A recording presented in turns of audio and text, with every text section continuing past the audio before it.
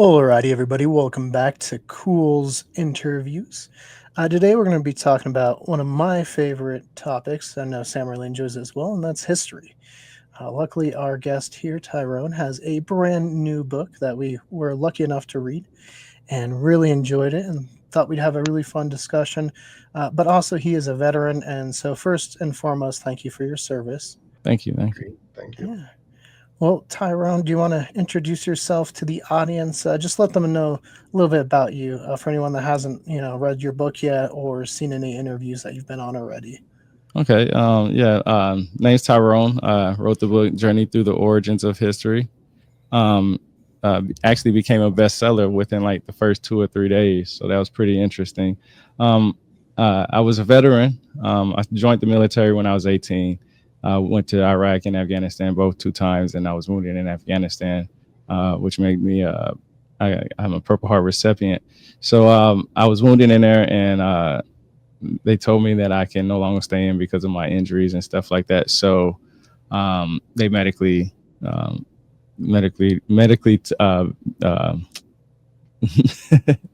forgot the term how they called it now. They just med boarded me out basically, and so I got out the military, and I didn't know what I was going to do. So I was just up in the air with whatever. I've always been fascinated with history, UFOs, aliens, religion, and just knowledge and stuff, and everything besides math. I loved math. I loved math, but I didn't love it like I loved everything else. Math was just okay because it was the one that was the most challenging for me. So I didn't really care for it. But anything that's other than that stuff like that, like science and physics and stuff like that, I know that has to do with math, but the history of it and all that, I enjoyed learning about it. And so then, I decided to start a website just to share everything that I've learned. I mean, just, like a little blog website, which is rebirthoftheword.com. And I started with one article, just one little article, about the Sumerians, because, the Sumerians are considered the oldest civilization because of their writing system. So I started with them, right? Then every 2 weeks after that, for about a month or a month and a half, I'll say, I was doing a little article. And then I was like, man, this is too much. I don't want to make it feel like work because I just got out the military. I was retired. So I was just like, I don't want to get back and force myself to do something that I have a passion. So I slowed down and I would do an article whenever I felt like it. Eventually it grew. My website grew to the point where it's big now, to the point where I'm getting, and this might not sound like big numbers to most, but 100,000 views a year sounds pretty good because somebody's actually taking the time to read my articles. They're not watching a video, they're not on TV. They have to actually sit down and read an article of mine, which is anywhere from 5 to 10 minutes long with pictures and stuff like that. So it felt like an accomplishment. Well, about 3 or 4 articles in, some guy hit me up and asked me if I wanted to do a podcast with him. And I did. And I really didn't know who he was. He didn't really introduce himself to who he was. He talked to me, and in the middle of the podcast, when it was done, he said to me, and this, like I said, this was only the 3rd article I was in, and I'm not a writer by any means. I use Grammarly to help me write, what I'm saying? Something that can edit for me. So it's not like I was a writer. This is just something I just have to put it on paper type thing. And I just use technology to help me take it from my words and put it into a more professional way, I guess. And he said to me, if you ever want to write a book, just let me know. And I was like, okay. Now, remind you, I met this guy on Facebook, right? So, meeting people on Facebook and them giving you, opportunities to for something like that, you're like, oh yeah, whatever, so you're not really paying attention to it, right? And for about a year and a half, I was thinking about it. I was putting everything on my website. Well, then eventually it came to me that my website is not going to be there forever, meaning that once I pass away, there's not going to be anybody to be there to pay for it or keep up with it. I wouldn't want to keep that on my wife and kids. So I said, what could I do? And I was remembered, oh man, I was offered an opportunity to write a book. And this guy actually was a respectable, reputable, author and publisher, which I didn't know. He actually published a couple of books of individuals that I've read that I found very interesting. So it was pretty interesting about that. So I hit him up and I told him, "Hey, is that offer still on our table for the book?" He said, "Sure. Just whenever you write it, just let me know." So I wrote the book in about a year. I took what I put on my website and explained it more, gave more meat on the bones, I guess you can say, for the information in my book, because this will be able to carry on. And then I added articles from my website into the book. So that means that it's always going to be there, and it's never going to be lost. I actually just learned that if once you publish a book, I think you can send it to the Library of Congress, I think, or something like that, and you can request it to be in their system. So that means as long as digital is around, that's around, and at least a copy. So that's how I got into it, just being fascinated with history, and becoming an author after I got medically retired from the military, and it became bestseller, like I said. So that was pretty interesting. Yeah, no, isn't that wonderful how I know sometimes we talk about like the negatives of social media, but we have a very similar experience to you where we were on Twitter for a little bit and this lady named Erica Gammon reached out and was like, "Hey, can I include your stories in some of our books?" And we're like, "Yeah, sure, that's fine. Always happy to share stories." And then she eventually was like, "You guys are really interesting. I want to write a book about you." And Oh so wow. isn't that just wonderful how like social media, like 20 years ago, that wouldn't have happened, you know? So it's awesome, like how technology works. But going back, I guess, to the military stuff, how did being in the service change your viewpoint on the world or how you um, conduct yourself? I can just say that people are assholes. I'm just gonna put it in simple terms. People are just assholes, no matter what. There's people who are bullies. There are people who take advantage of people. There are people who hurt people on purpose. And then you have the opposite of it. The people who are loving, caring, understanding, have empathy for others, you know. And but I also learned because of history, and just like you guys, history is your favorite thing. The yin, the yang, the positive, the negative, the good and bad. You can't have one without the other. It's just not our reality, and that's what sucks, right? So, um, because I've been what I've been through, experienced what I've experienced, seen what I've seen, I just can say, when people say live your life like live your day like it's your last day, yeah, that's serious, because you don't have to go to a war to die. You can simply just go to sleep in the most happiest mood in the world, and possibly won't wake up from that. So, I just try to take advantage, and that's why I'm glad you said that, because opportunities, you always got to seize your opportunities, no matter what. You know what I mean? If you're given an opportunity for something, take it, because if you don't, you possibly won't ever have that chance again.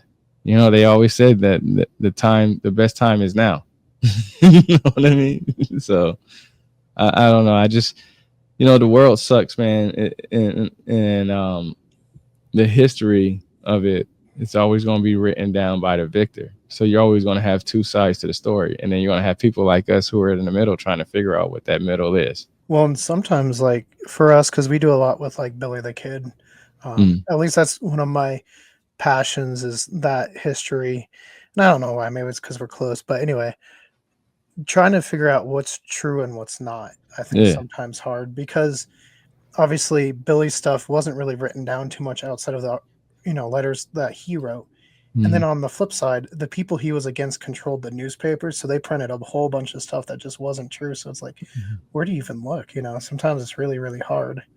Like, do you run into some of that stuff when you're doing your research? Yeah, so I'm glad you said that. So this is what I like to do. I read lots of books. When I say lots of books, I mean I'm talking about lots of books. I'm literally a walking encyclopedia. I have encyclopedias right there, right next to me. And anybody that knows anything about encyclopedias, it's a whole bunch of information in many different books.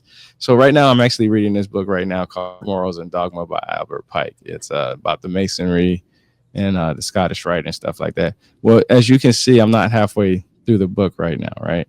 You see all those little tabs that I have on Yeah. there? So every one of those tabs is things that I know up here. Why? Because I tabbed it up and I was like, oh, that sounds like something that I've read before. Oh, that sounds like something I've read before. Because, like I said, I've read so many books. And what I like to do is I have a YouTube channel. And what I like to do is I have a series on there that's called What I've Learned from Reading This Book. Now, in the beginning of when I started it, I didn't know how I wanted to do it. Like I said earlier, the best time is now. So I just jumped in and said, hey, I'm going to start doing something. So I kind of just did like one or two books at the same time. But now I try to keep it under 2 hours and try to keep it, very interesting and entertainment. Of course, I adjusted some things. But basically, what I do is I open up the book to each one of these tabs and I read exactly what the tab says, that paragraph. And because it's something that I've learned in the past from something else, from a different source, I will say something like when I say that the Sumerians are considered the first civilization because of their writing system. I also know that there's arguments that ancient Egyptian hieroglyphs are older because of the pictographic scripts, and the Sumerians actually started with a pictographic script also. So I know that, and I will say that, right? So say the book says the Sumerians are the first civilization because of their writing system.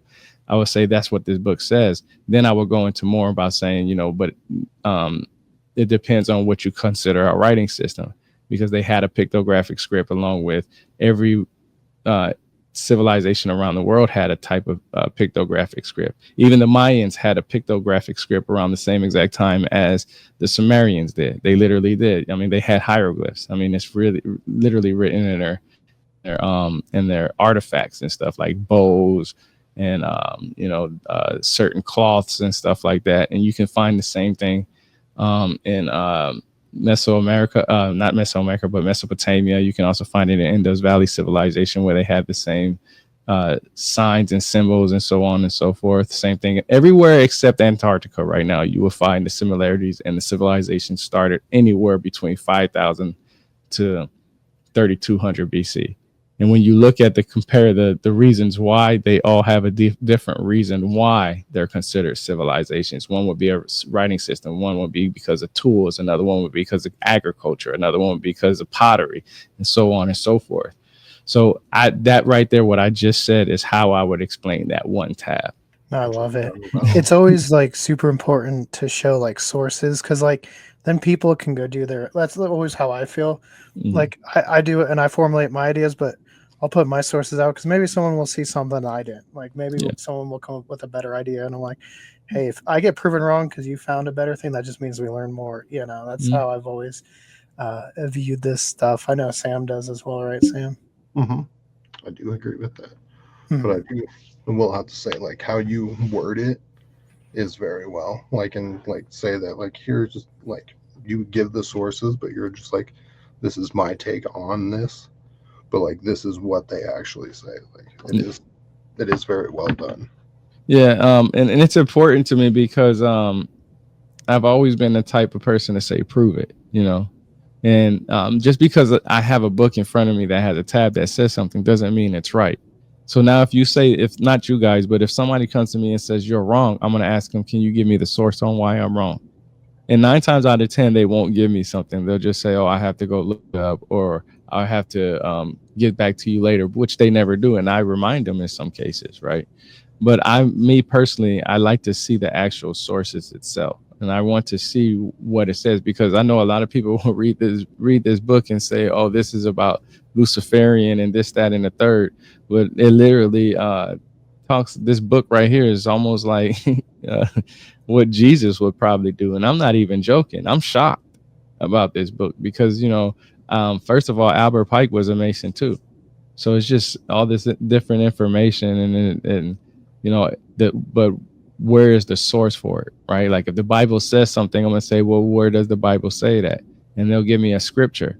And then I'll ask them, well, which version of the Bible are you talking about? And they'll be like, what do you mean? I said, well, do you mean the King James version? Do you mean the Geneva version? Do you mean the New International version? And they'll be like, what difference does it make? And I said, have you ever compared them? Like some of the stuff that's in those Bibles are different. And that's why different people have different opinions and theories about what happened, because they're different selected books for that version. And that's where it gets confusing, not just for me, but for everybody, because everybody's trying to figure out who Jesus is. And, and I'll just say this, because of history and what religion has taught me, Jesus has only ever wanted things to be good.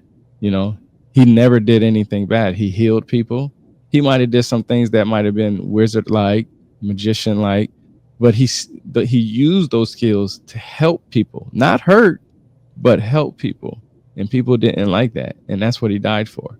And then I always say, people always argue the fact about, what color he was. Was he black? Was he white? Was he this, that? What difference does it make? We don't have a picture of him, so we don't know. So instead of arguing about what color he was and what he looked like, why aren't you arguing about doing better in the world? Because that's what he taught the most. And I'm not a religious person at all. Part of this journey was because I didn't understand the Bible. And now I understand that the Bible is not just one God, it's many gods. It literally says it, Elohim, and that can be taken in the context that it's written in. And that could mean one God or many gods. And that's not an argument that I'm making. That's just theological evidence right there. You know what I'm saying? So just picking up the source that the person has that convinced them in what they believe should be able to convince me too, because evidence is evidence, right? A smoking gun is a smoking gun. You can't fake that, right? Not only like what version are you reading, but like when I say lost in translation, I know some of our film friends might be thinking of a movie. But what I'm thinking of is words have different meanings. Mm-hmm. And so what we think of something now, we might think of something completely different in our head compared to what it actually meant. Like, I'm sure you see that all the time, especially with your research. Yeah, and it's crazy because everybody, like I said, just because I'm reading a book doesn't mean that it's right. I have 3 different versions of the Mahabharata, and how they describe it, Vimanas in there is different each time. But because people have an emotional belief in something, and they have to believe in something, and they want to surround themselves around people who believe the same thing they would take that portion of that word. So, you said words can mean different things. So a great example of that is the word manna. We know in the Bible that they were eating manna, and it was given to them by God, right? By different ways. I'm not going to go into details because there's different ways for it. But when you read the Strong's Concordance of the word manna, if you type in Strong Concordance and type in manna, you will find that meant man. So that's another thing on a tab that I would have, like if it had the word manna in there and it was trying to give a description, bread like substance, blah, blah, blah, the different descriptions that many people interpret. Bread literally meant food also. Okay, it didn't just mean bread, a loaf of bread, or a Philly cheesesteak piece of bread, or a hot dog bun bread. It didn't mean that. It just meant food. It was just their way of saying food. Right, we say bread because we added words to our vocabulary to separate the things, to make it more clear to people. Right, not everything was supposed to be eaten as food, so they had to describe what each and every different type of food. So when you, like I said, when you read the Strong Concordance and you type in manna or mana, however many different people would say it, you will see that it literally meant man. Now, when you think about that, were they eating man while they was traveling? Plug in that word for that. That's a scary thought, right? Because they become a sin to eat, to practice cannibalism, right? So there's just so many different things on what words can mean. And then what I like to do is I have dictionaries. I have a dictionary right here, dictionary thesauruses, and a word vocabulary builder here. And when somebody uses a word in English, like extraterrestrial, for instance, they'll describe it as something that probably came from the water. Well, I say that's not extraterrestrial, because extraterrestrial, if you look up the origins of the word, the etymological dictionary definition of it, it means anything that's basically anything outside of Earth's atmosphere. Right. But then, like I said, I'm also into aliens. Well, look up that same word, alien, in the same dictionary, and you will see that it's just something that's foreign, something that's known to us.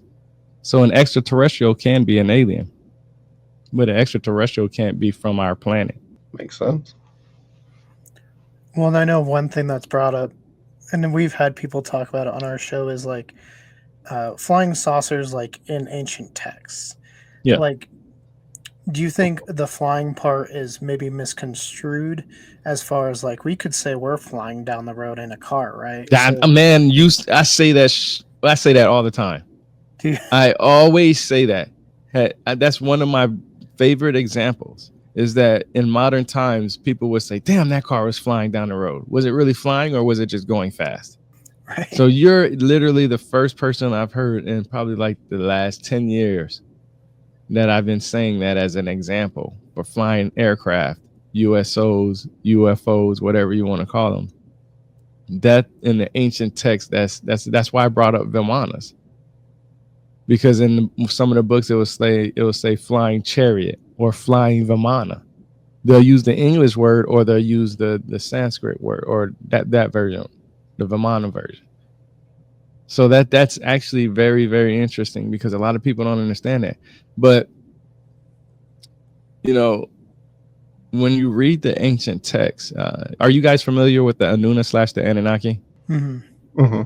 Okay, so most people who know them because of Zachariah Sitchin or Billy Carson, right? And Zachariah Sitchin wrote some books, and he wrote a book in 1976 called "The 12th Planet." Now, before that, Eric von Daniken wrote a book called Chariots of the Gods, which details the idea of what the ancient mythologies were describing possibly as maybe alien or extraterrestrials, right? And he had over 100 different questions that he asked in this book. Matter of fact, the show Ancient Aliens, the first episode was because of his book. And actually, I have the book of the first episode. When I say I read books like crazy, I actually read books like crazy. Even if I don't agree with it or the concept or the ideas, I still read it. And the only reason why is because I can't say somebody's wrong without reading their material. I can't hear them out, right? Unless I read their material. I can't go to them and talk to them, so I have to read their material. And I can't just go off of their 20, 30-minute, 1-hour videos because I make videos. And I cut a lot of stuff out because I might have said something incorrect and I didn't want to put it out there and not being able to basically fix what I said. Because, a lot of authors, when they write books, they also write revised versions because they learn something new and they want to put it in there. So that's the same thing with videos. So I try to keep it as accurate as I can the first time. Sometimes it's hard, but either way, it's just hard to, the video part and the time consuming and all that stuff. But like I said, I don't always agree with everything everybody says about Zachariah Sitchin. He said a lot of great stuff. He uses a lot of good history and backs up some of his claims. It's just the Planet Nibiru thing is incorrect. And the only reason why I say that is because the sources that he used, you could tell he made up his own narrative. Now, I also know that he was given artifacts and stuff like that and sources that he can't share with the world. But if you can't do that, then you need to be able to prove your point without using that, right? Because there's no way to verify it. So Oxford University is one of the biggest websites out there for the cuneiform tablet and stuff like that. British Museum and some other stuff. But Oxford University, they have a book, The Ancient Literature of Sumer. I believe that's the title of it, but it's also the same website that is called the Electronic Text Corpus of Sumerian Literature, which is basically where you can read everything about Sumerians and what the Anunnaki did and didn't do, right? They also have a cuneiform digital library initiative, which is on their website, CDLI, which actually lets you see the tablets for yourself. So like if all three of us wanted to learn Japanese, there should be a way for us to use an aid to be able to help us with that, right? Whether it's our cell phone, reading some books, or so on and so forth, right? So anybody can go to that website and look up their information and verify whatever the tablets say. Well, when you actually look at the tablets and get their books and read their books for what they are and stuff like that, and actually get the introduction of the material, because a lot of people leave the introduction out when they read books, which actually tells you a lot of times some of this stuff could be fiction. But they actually say that Anuna / Anunnaki came from the depths of the sea. And since you guys know who the Anunnaki are, Enki was known as a fish god. Well, when you look at a pictographic script or look at a picture and you see a man dressed in a fish suit and he's supposed to be a god, you would think he came from the waters, right? Now, um, if he came from the sky, then he would be dressed in what? Bird uniforms. Now we get that in Mesoamerica, in some places in Egypt, and we also get it in Akkadian and so on and so forth. But this is the thing: just the Sumerians don't talk about the Anuna / Anunnaki coming from planet Nibiru. Okay, they don't mention that at all. They didn't know anything past 5 planets, so that's why a lot of people say that. It's not until the Babylonian time frame when they started celebrating what's called an Akitu festival, which is Akitu, and it happened sometime around spring summer time frame. I can never say the T word for it because it fell under a word named under a T, but I can't pronounce it because it's spelled no way for me to pronounce it. But they did that festival, and it was Jupiter that was known as Nibiru, and that was because of their different beliefs and stuff like that. But there was never an idea that they at a planet Nibiru orbited our sun every 3,600 years. So that's only the only thing that I disagree with. Now we do know in every community, from the UFOs to history to religion and so forth, so on and so forth, is that water is the breath of all life, meaning that, yes, you breathe in oxygen, but guess what? Oxygen is also in water, right? And they say that we came from water, right? The very first species.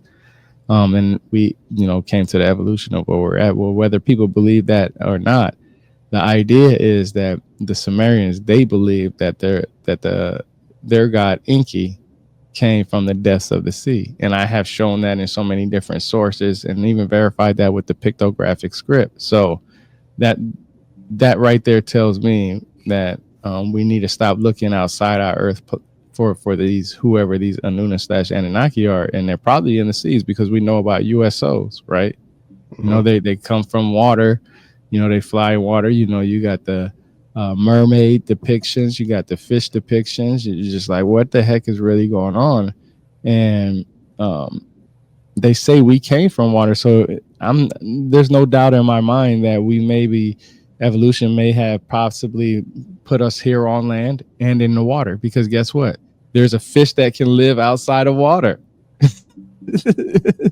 And there's fish that live in water. So, and that's an evolution change right there. So why couldn't that happen to a species, something like us? Maybe not look like us and move like us and stuff, but intelligence wise, what is really intelligence? Just because you have a computer, a phone, and all this other stuff, that doesn't mean that it's going to keep you alive without the basics, how to start a fire and how to hunt.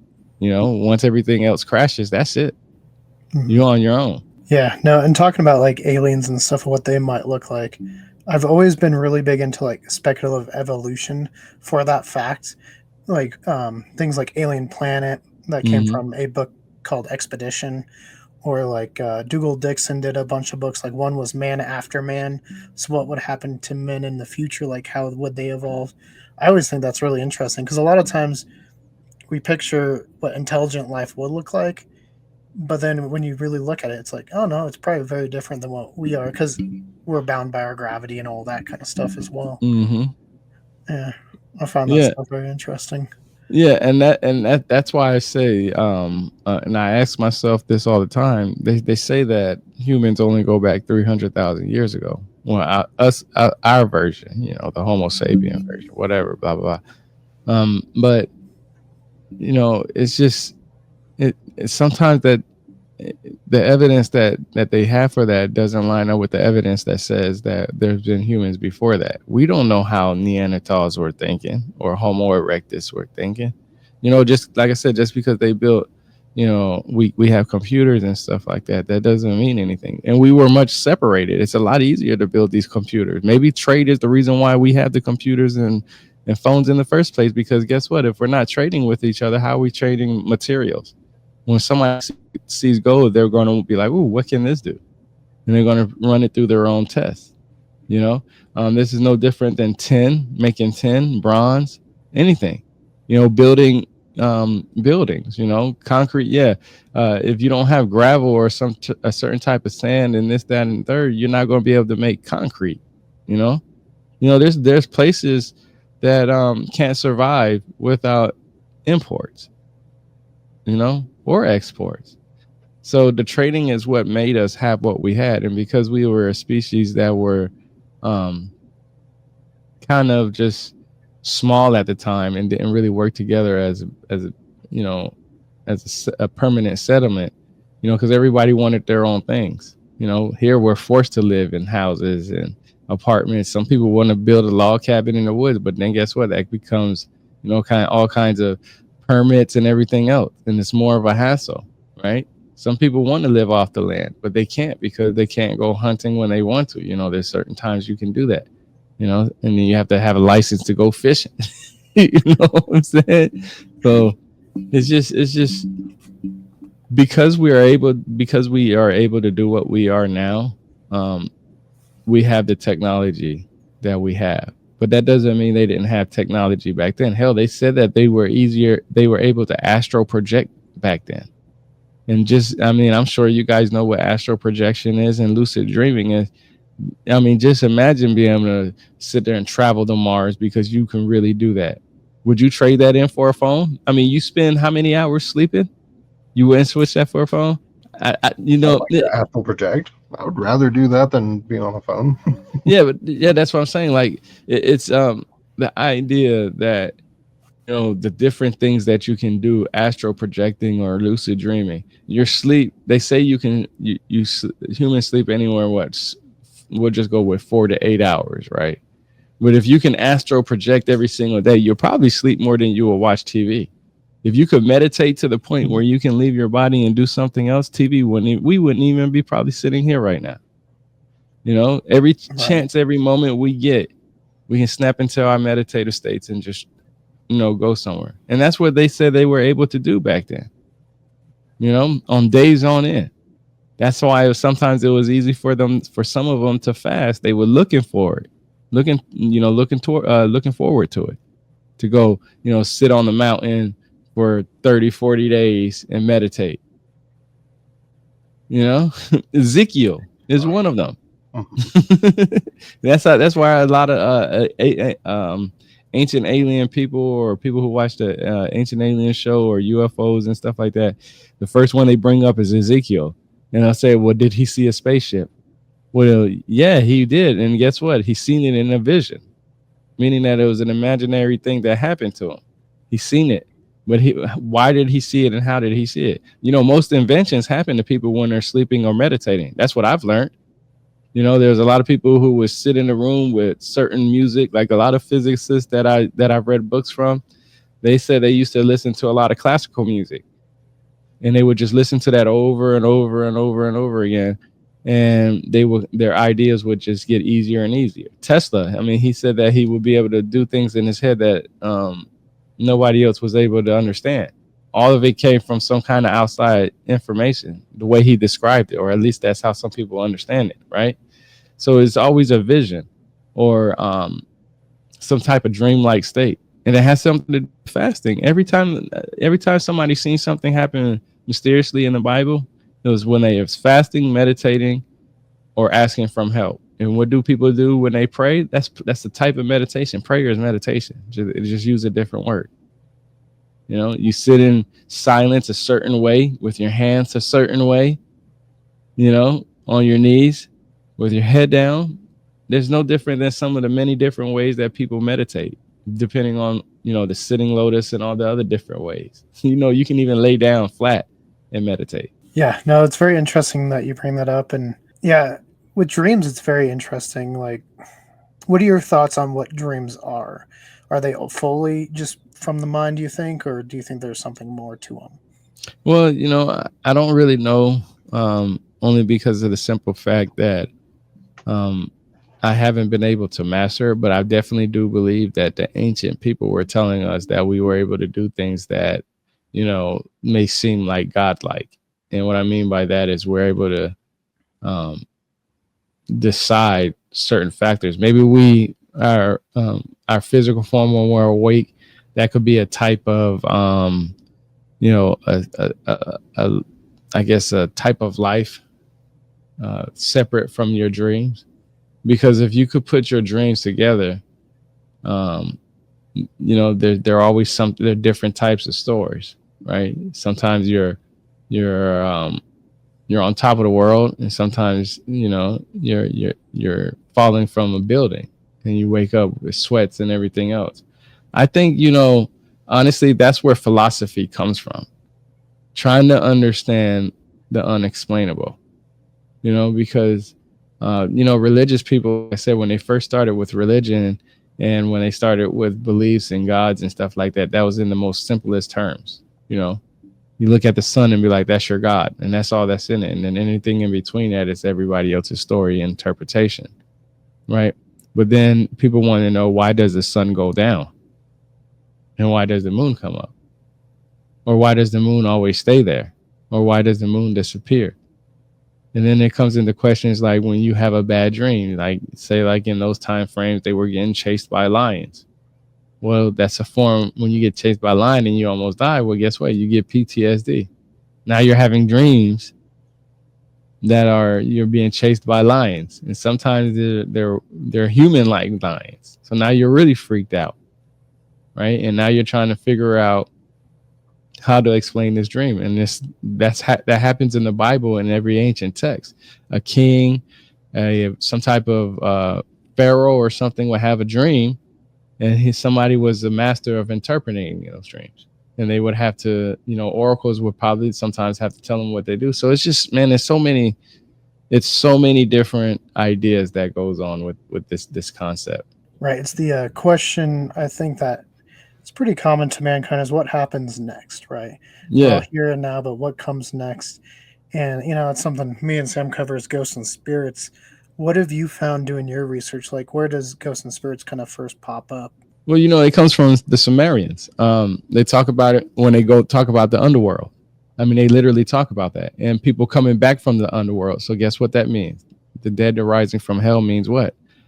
Zombies, right? There's descriptions of that. Vampires is actually mentioned in the Sumerian. Lilith was actually, if you know who Lilith is, was considered a vampire according to Samuel Noah Kramer. I actually did an episode on his book, and I came across that tab, and I was like, oh yeah, see, this is the tab that I always talk about, because I always talk about Lilith. Lilith was known as a vampire. He uses the word vampire in his book. Now, the idea of a vampire is somebody that sucks your soul, your blood, or whatever the case may be. You got energy vampires now, right? That people can suck your energy from you, right? They don't have to put teeth to the neck type thing, right? They just got to be around you and interact with you. So you get that. The ghost, like I said, comes from the Sumerians. They talk about that a lot.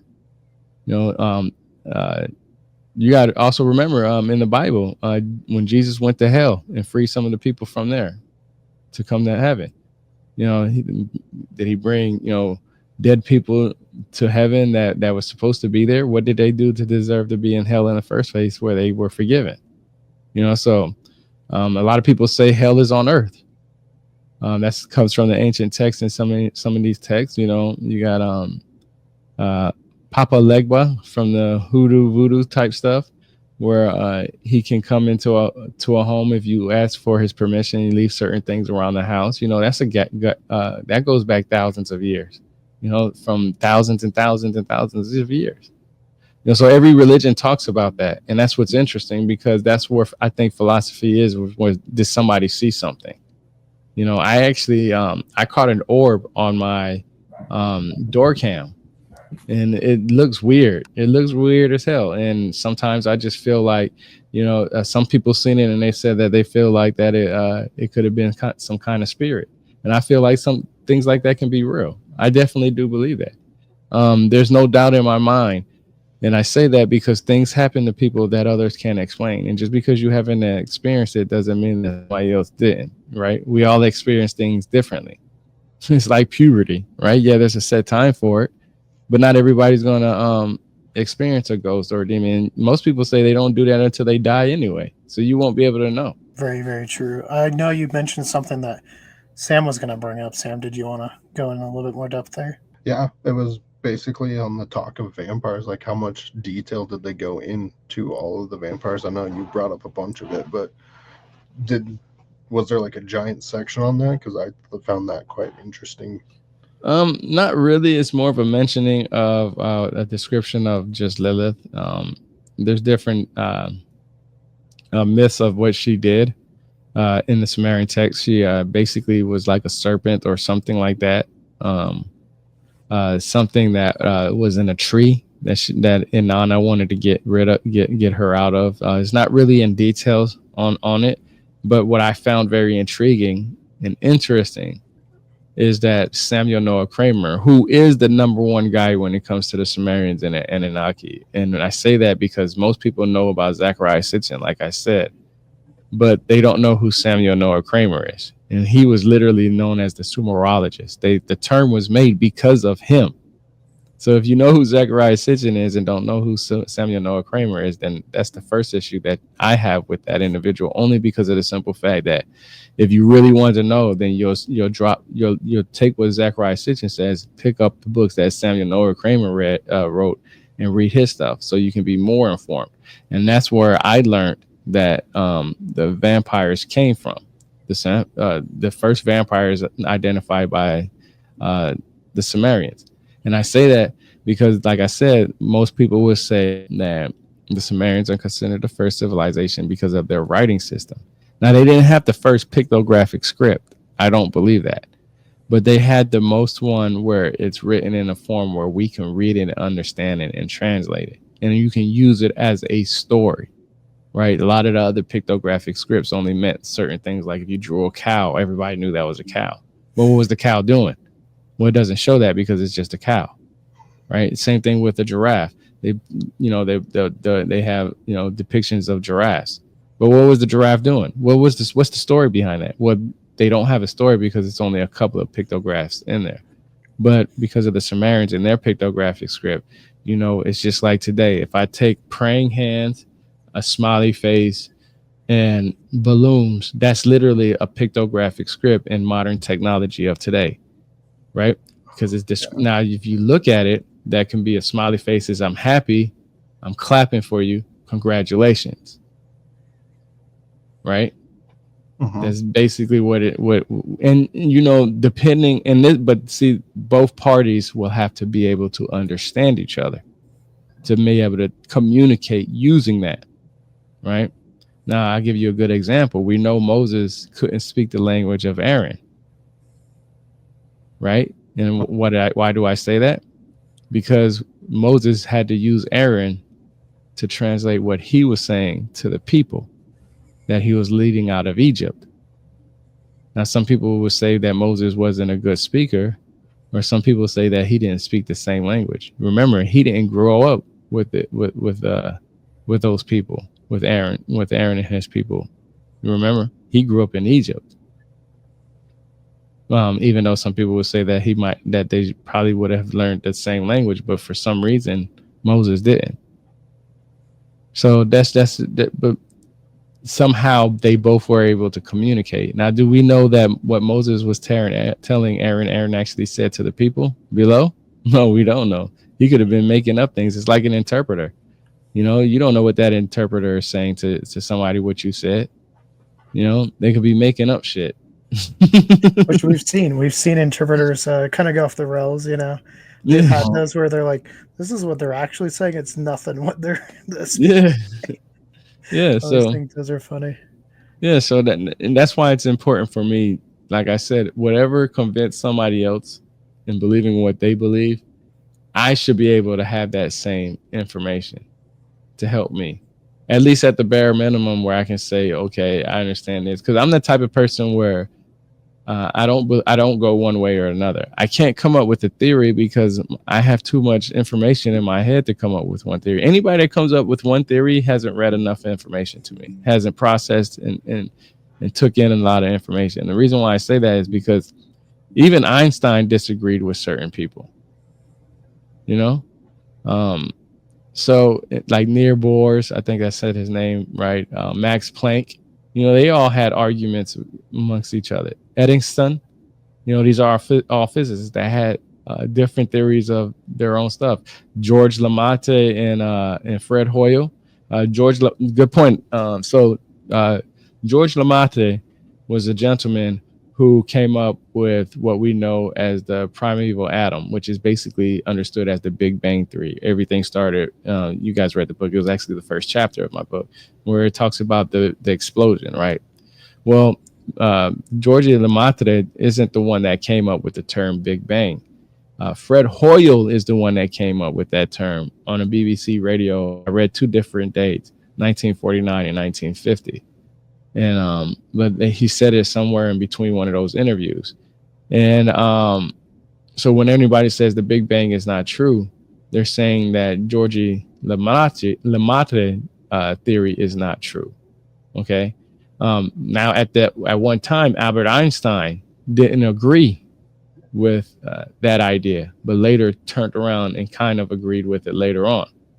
So, like I said, it's all emotional. What you want to believe that makes you feel good inside is what you're going to lean towards the most. Like if you believe in UFOs, you're going to be like everything that you can't recognize in the sky. You're like, oh, that's a UFO. Well, yeah, you're right, because it's an unidentified flying object. Tell me what kind of plane it is. Well, I don't know. Well, guess what? It's an unidentified flying object. Even though it looks like a Cessna and you don't say it, if you don't know what it is, then it's unidentified. That's it. Yeah, it's a very big umbrella term. We see it too a lot with like dinosaurs, where they kind of wastebasket taxons, where it's like, yeah, it kind of looks like that, so it must be that dinosaur. And then later we learn, actually, it wasn't that dinosaur. We messed up. We shouldn't have put it there. But there's an ancient civilization, and I had to look it up real quick. It's called the Etruscan. It's Etruscan. And I just want to get your thoughts on theirs, because they're kind of relatively new in the last couple of years of me learning more about them. Well, it's funny you bring them up, because there's nothing much really to say about them, because I just came back from the Cosmic Summit in North Carolina over the weekend.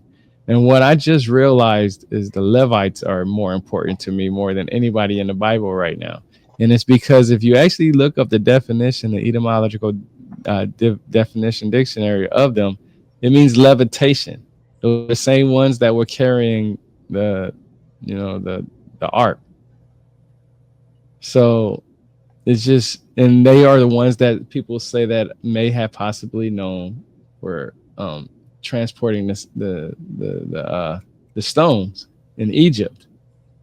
They had a special way to move stones, and I learned that at the Cosmic Summit. I remember reading about that before, but it never really clicked with me until then. So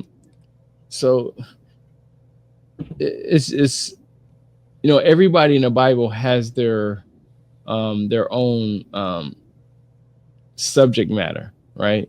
That for instance, when Moses went up to the mountain to do the 10 commandments, Aaron and the people below, they took all their gold, melted it, and made a golden calf. So that means they knew how to make metal, right? It might have not been strong metal, but it was metal. It was a form of metallurgy, yeah. Yeah. So it's just, different people. Well, let me ask you, what do you think about them the most? So that way I could probably give a better answer on what is it that intrigues you about them, the Etruscans? I don't know. They were just really fascinating to me, because you really don't hear about them a lot, unless you're like start really digging deep.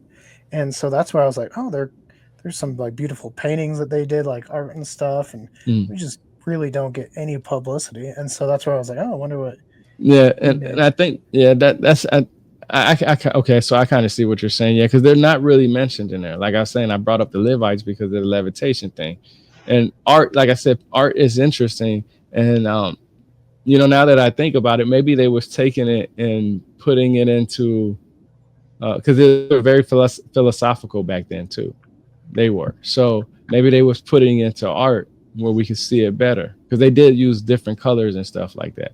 Yeah, no, I thought they were interesting. I've tried to get books. Unfortunately, a lot of their books are they're kind of expensive, so I can only buy so many at a time. So my knowledge is limited. But yeah, I've been digging into theirs. Sam, before I continue to take over the interview, you got some more questions? I was enjoying learning some new stuff, but I definitely had one about you were brought up like references of the Anunnaki gods being like shown in multiple different like cultures, like the Mayans, and then also like Egyptians as well, and like how they like resembled a bunch. I just found that kind of interesting because of like after you mentioned that, I kind of like looked into the different ones, and I was just like, they do like some of them do look very similar, but just viewed it differently, and it just made it seem like another one of those things where they were just seeing it from a different perspective, and so there was slight differences, but like kind of along that same line. Yeah, you know it. You know, is anything original? You know, that's a big question. Is anything original? Just because I thought of something, did somebody else think about it before? You know, inventions happen because people have money to back up that invention, right? There are plenty of people that have great ideas in their head, but don't have the funds. Two, don't actually have the knowledge how to do it, but have an idea. And three, they don't have the support to do it, right? So when for me, what I like to do is I like to understand what other people are sharing, what they understand, what they learned, what they know. And I take my little bit and I apply the same thing, and I can do it. So like you guys are into paranormal, ghosts and stuff like that. Even though the ancient texts don't really go into great detail about it, religion does, right? Exorcisms, the jinns, you know, all these different ideas of these types of ghosts. And it just takes a matter of just trying to figure out, you know, from your own due diligence, what is right and what's wrong. Right. And that's hard to do. Right. Because like I said, can you prove that somebody didn't have an experience with a ghost? No, you can't prove that. If the ghosts don't want somebody to see it, they're not going to see it. Right. And they don't have nothing to prove. That's an ego we have to prove something. And that's what I try to avoid on sharing what I'm saying. That's why I ask for other people to give me sources. Yeah, no, it makes sense. Because, like, everyone says they don't want to have a bias and they try to go on, but we all have biases. Even if we try not to, we all got something. And so, yeah, that's where, like you, I love to just put my sources. So if people want to go out there and, hey, if they think I'm wrong, but they've done their research and they think one way, that's fine with me, you know, because we all see things different. Right. So like, I know y'all guys are big on Bigfoot, right? I know you did a lot of stuff on Bigfoot. Well, I learned that in the Sumerian text, Enkidu, one of the individuals in the mythologies, he is described as a Bigfoot. Sometimes he's not he is not the typical description of what we have, but he has long hair. Sometimes his legs are like bull-like legs. That can be an indicating that he's half human, half animal of some type. Right? We really don't know what Bigfoot looks like. We know of what we think we seen, but that just could be one type, right? One could just been hairy, right? That could have just been one that just had a lot of hair. But there's the text, the different informations in different places, kind of backs up what we've been experiencing all our lifetime. Ghost is real. Whether somebody experienced it or not, it's just that timing, right? If you're religious, you believe in something outside of Earth, meaning it's an extraterrestrial. God has to be extraterrestrial. He's not from planet Earth according to the Bible. Why? Because he created Earth. How can you be from Earth if you created it? Right? He had to create it first. Created God. And that's the next thing. Right. Who created God? But see, this is the thing. In religious texts, there's always been a different, more powerful God. Mm-hmm. There's always been fights among the gods themselves. Right? There could be a God that's strong as the strongest in the world. Then there can be a God that's not very strong, but very fast. Then there can be another God who, like, there's wind gods, there's lightning gods, there's fire gods, there's some people would consider oxygen type gods. You know, there's different types of gods. Your strength, just because you're special as one thing, doesn't mean you're special overall. And all the ancient texts that I've read, it took multiple gods to create humans. and it took multiple gods to create the universe. Yeah, and that's literally what it says. I mean, every religion at that time frame had their own that they felt like was the best. For instance, if you're a sports fan, you like a special team, but you like the team, but you have a special person on that team that you like the most. Same thing with a show. If you like a favorite show, you have the favorite character from that show. That doesn't mean that that show is any less than that character, but your favorite person from that show is whatever character you pick, right? There's no different than um, vehicles. You know, you like vehicles. You might like a certain car, a certain company, but it can be in different colors that you like in it. Different things. You know, you worship different things about different things, and that's the best way I can say it, because that's just like how God. You know, if you was a woman who was trying to get pregnant, you would probably worship a female deity, right? Because most female deities are associated with fertility, right? And if you wanted a god that was to help you win a battle against your enemy, you would go probably pray to the god of war, which would be Yahweh, right? He was literally the god of war, so you would pray to him.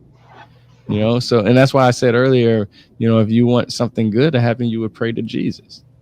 Even though he didn't see himself as a god, but you would pray to him. People pray to him all the time, you know, ask him for everything. And he literally said he's no god. He's a son of a god. But we all are. We're all sons and daughters of God. So it's just, you know, I could keep going on for a while. It's just so amazing that, you know, our history literally tells us over and over again what has happened. You just have to really, and like I said, just you don't have to pick up a book to understand. You just have to know see how accurate it is. You know, some people like to come up with theories and narratives for themselves. That's the hardest thing to get away from. Right. And like another, you were talking about like people have favorites. Like maybe you're a big lover of dinosaurs. Yeah, you might have a favorite one, like an unhealthy obsession with, you know, one dinosaur. I don't know. Doesn't mean the other ones aren't super cool. But also, like for me being Greek, obviously the Greek pantheon of gods is super interesting. And like you said, there's so many and they all have different purposes, and it's all, they fight within each other. They're all like kind of have dominion over, you know, different people. And okay, this is my section. It's very interesting. Like you said, like people, especially back then, like the god of war, you know, if you're going out there, you're thinking of him versus like you're not thinking of, you know, Jupiter or something like that, Zeus. Yeah, it's just interesting. Like I said, and it's funny bringing up the Greek mythology, because I've read all of Plato's books and Herodotus books, and I love them. And you know, the philosophy, you know, we don't get philosophy until that time frame. You know, we've had religion for a couple of thousand years already. We've had, you know, ideas of, you know, life after death and so on and so forth. But the Greeks, they really dug into trying to have debates about this. You know, when you read Plato's books, he literally says that people will go to the center of the city and argue from sun up to sundown and call each other idiots and stupid and stuff like that, and then turn around and do it the next day. And it was like constantly happening. And it's interesting because that was a time without TV and all that stuff. So that was your entertainment. So you got everything about everybody. You know, you got the good part of them and you got the bad part of them. You know, you got the, you know, the intelligence part of them. You got the angry part of them. You know, it's just in today's world, people are afraid to debate and argue. And I understand why. You know, it takes a lot away. But the people who aren't afraid, those are the ones that I think are the ones that are really, you know, are just tired of it, because they like everybody has a button, and it depends on how much pressure is applied to that button on how you react. And it's some people, you know, for instance, for me, like me, I have no problem going into a room and telling people exactly what I know and where I've learned it at. And I respect everybody that shares what they say. The only problem is that I have with a lot of people is that a lot of people like to easily refute what you're saying without even looking into it. So if you bring something up they didn't know, they'll be like, "That's not true." And like, "Well, have you looked into it?" I don't need to look into it. And I think that's the most ignorant thing in the world, because when I'm presented with new information, write it down, annotate it, and I'll go do some research. You don't have to spend hours researching. I don't that day and age is over with. You don't have to sit down and read a whole book. I tell people all the time, you know, every book that I've read, a lot of, except this one right here, this Morals and Dogma. This is the only book that I've read that is everything that I'm reading is damn near everything that I want to know. Every book that I've read from somebody is usually something with their theories, opinions, or their narrative. And a lot of it is just filling, just to make the book look thick. If you read my book, it's information after information after information. It just jumps from one piece of information to the next, to the next, to the next. A lot of people like to explain, well, they'll explain what the text say, and then they want to go on 3 or 4 pages of what they think that text say. I don't want to give you what I think it says. I just want to tell you what I've read from different sources. And everybody has a different thing. Like, I learned that Albert Einstein even changed his theory. When he first put out his theory, it wasn't accepted. And then he changed it, tweaked it a little bit because other people was telling him he had to, and this, that, and the third, and he did it. And now it's the theory of relativity. And then you find out that his wife is the one that his first wife is actually the one that helped him. And then you're just like, dang, but he gets all the credit. So what did he really know? It's easy. Once you get your foot in the door in anything, all you have to do is just make up some shit after that. You know what I'm saying? Even, especially when it's not even provable, right? Like, we know what gravity is, right? If I pick up my phone and drop it, it's heavier than the air. Right. Yeah. People probably knew what it was. We just didn't have a term. A lot of times you see that on like social media. People are like, before 1940 or whatever year it was, like, people didn't run because running wasn't invented. I'm like, people ran, and they just didn't call it running. You know what I'm saying? Yeah. Yeah, the same thing like with martial arts and mm-hmm. combatives of any type. I mean, people have been doing that. They just didn't call it that. Mm-hmm. It was yoga or something. Right. Yeah, I mean, depending where you grew up, you did a lot. Like, if you grew up in Sparta, you were doing lots of probably martial art type of stuff. Like, that's all you did, Yeah, no, it's always fun. You said you read a lot, and I wanted to know if you read Orion, A Living Legend. No, I haven't. Okay, it's a 1981 book, and at least from my understanding of it, pretty sure this is where the Elvis didn't die conspiracy started. Okay, I know. I thought it sounded familiar with. I wanted to say Elvis, but it was talking about history, so I was like, nah, I didn't know what it is. Yeah, I've heard of it, but I haven't read it. Okay, sometime you have to pick it up, and then we'll have to do a discussion on it, because it's very much where everything came from. Because then I know, like, the author hired like a like Elvis impersonator to kind of read and do like this lost tape type of stuff. Mm-hmm. I don't know. I'm big into that stuff too. So, like you said, when I get into a topic, I'm like buying as much as I can to try to delve into it. I love that kind of stuff. Well, for anyone that, sat here today and listened and want to learn more about you and your book, where can they go to do that? Well, one in my website, rebirthoftheword.com. That's where I put everything on there. Actually, all my videos are basically videos of articles that I have, right? And then I do have TikTok. I have YouTube, Rebirth of the WO, and then 1, because I couldn't fill in the whole thing because it was too long. But you can find all that stuff on my website. I have a Facebook, Tyrone Ellington on there, the green symbol. Yeah, that's really about it. And then, of course, my book on Amazon, Journey Through the Origins of History. Like I said, I got a copy. I always keep copies with me.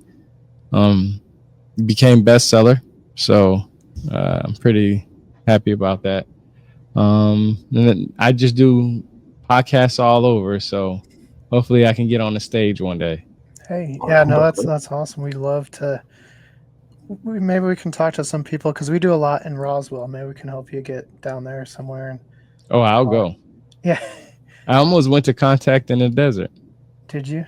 Yeah, I almost went there, but I might go there next year. I had to substitute Cosmic Summit for that. That's in North Carolina because I'm on the East Coast, so it was a lot easier for me to go there. But I definitely do want to go to Contact in the Desert. Yeah, that'd be really cool. Uh-huh. I also, I know they do a bunch of stuff around Area 51. I don't know how smart that would be. Feels like a bad idea to go like do that. But yeah, if you ever are interested in Roswell, let us know. Like we actually just got our buddies into the parade this year because they're Ghostbusters. Mhm. Like they do Ghostbusters fan films and stuff. So we helped get them in the parade, and so yeah, it'd be awesome. All right, yeah, we'll stay in touch then. Maybe I could get out there one day and we'll link up. Like I met a couple of people over the weekend from Twitter, or X, I should say now, at Cosmic Summer.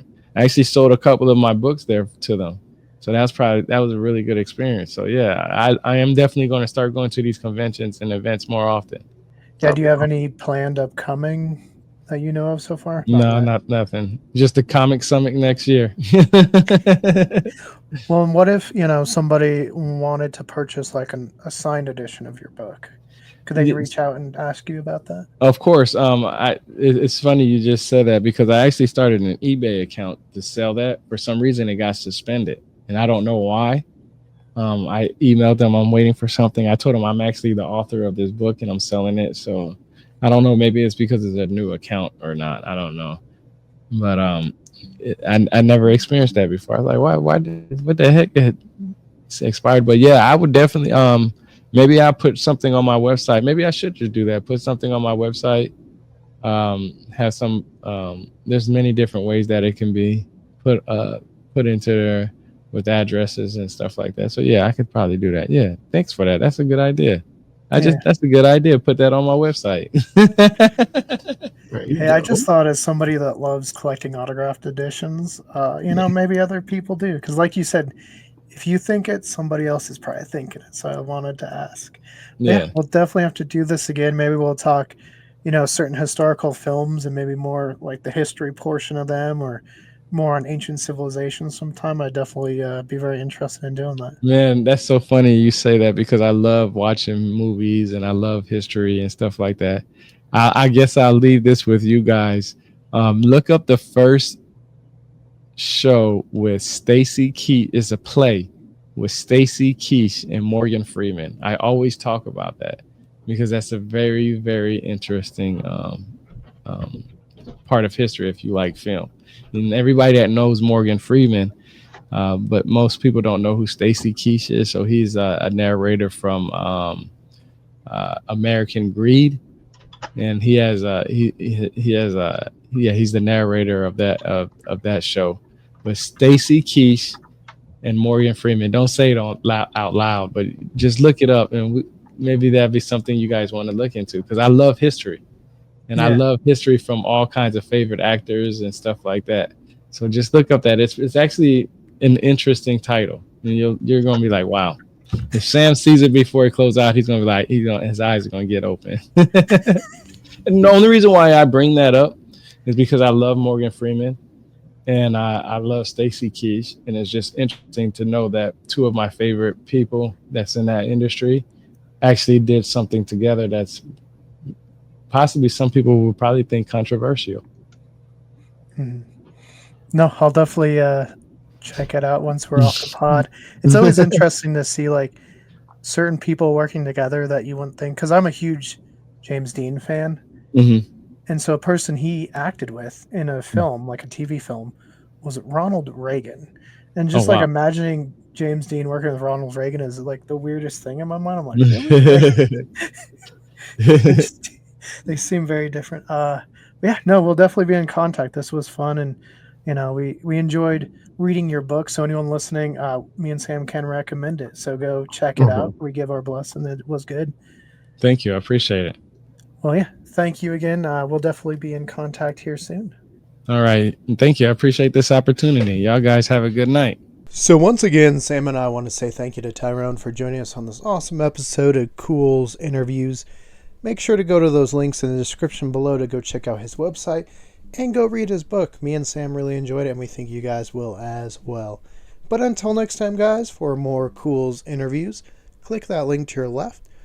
For more about us here at Culz Paranormal, click that link to your right. And don't forget to hit that like and give us a subscribe. And let us know, what was your favorite part of the interview? And is there something you want us to expand on? Tell us in the comments below.